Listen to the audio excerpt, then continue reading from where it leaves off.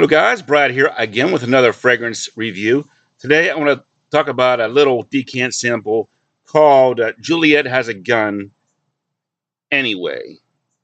You can kind of see that there. This was sent to me courtesy of the Fragrance Decant Boutique. So once again, I want to thank that company for really being good to me recently and giving me a lot of stuff to review and to help ease the pocketbook a little bit. So thanks a lot, guys. Whoever works at the Fragrance Decant Boutique, you know who you are.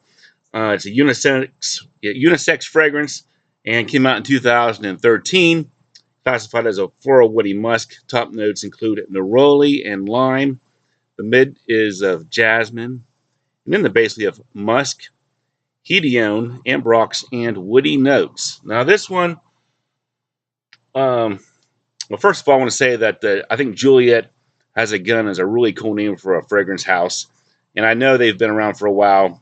I think it's just recently that they've started to get some attention on YouTube and started to release some unisex fragrances that some of the guys are starting to check out, including this one. I think Moscow Mule is the one that's got the most attention lately. But this one, hasn't been getting a lot of love on YouTube or anywhere else that I can see. And I can kind of see why. It's just kind of a dull, sort of nondescript kind of a fragrance to me. You start off with this citrus of neroli and lime. When you blend these two together, you just kind of get this sort of, nondescript citrus smell. Doesn't really smell like lime, doesn't really smell like neroli, just kind of a mishmash of both of those notes together. You get some floral notes from the jasmine, and it's not overly feminine or overly masculine, so like a unisex floral in there. And in the base, you have a musky woodiness there.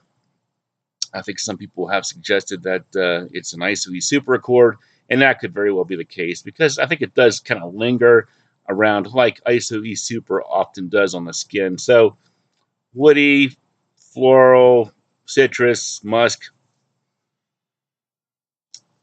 It's kind of a light fragrance. I think it performs a little bit better than some people make it out to. Some people make it sound like it disappears in 5 seconds or whatever. I wouldn't say it's that bad, but it's not a real strong, overpowering fragrance.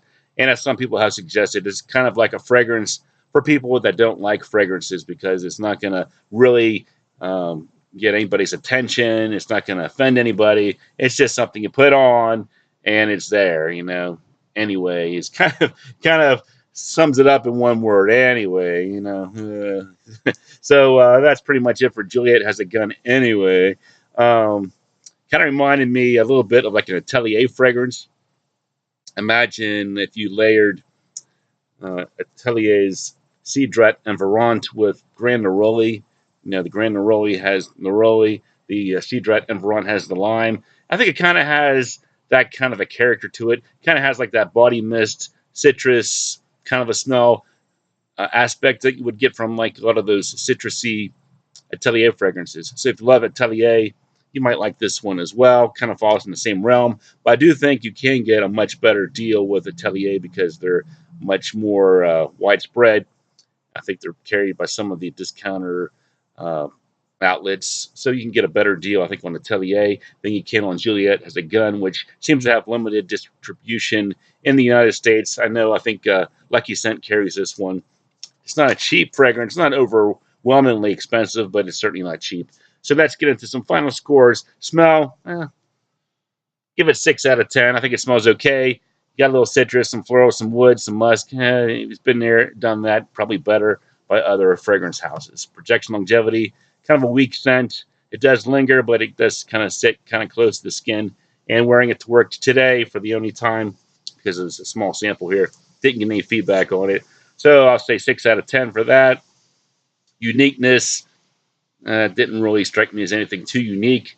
It just kind of smelled like a bunch of different things thrown together to make sort of a bland, weird kind of a smell. Versatility, spring, summertime, mostly. This is like a light citrus scent for those occasions. Day wear, probably not great for evenings or night out, but versatility 7 out of 10 because you can wear it during the day, during most warm weather days or lukewarm days. Price point 50 ml for $100, which is a bit pricey, but not the worst I've ever seen, but still a little bit pricey. Overall, 5.5 out of 10. Not quite a 6 because price point, and it just kind of smells like a mishmash of a couple ateliers thrown together. Nothing too distinct or overwhelmingly unique, or in the citrus doesn't pop, doesn't really grab your attention. The scent will easily just kind of slip to the back of your fragrance shelf if you like it as much as I do, which is not very much. So anyway, that's my review on anyway. So thanks for watching, and I'll talk to you later.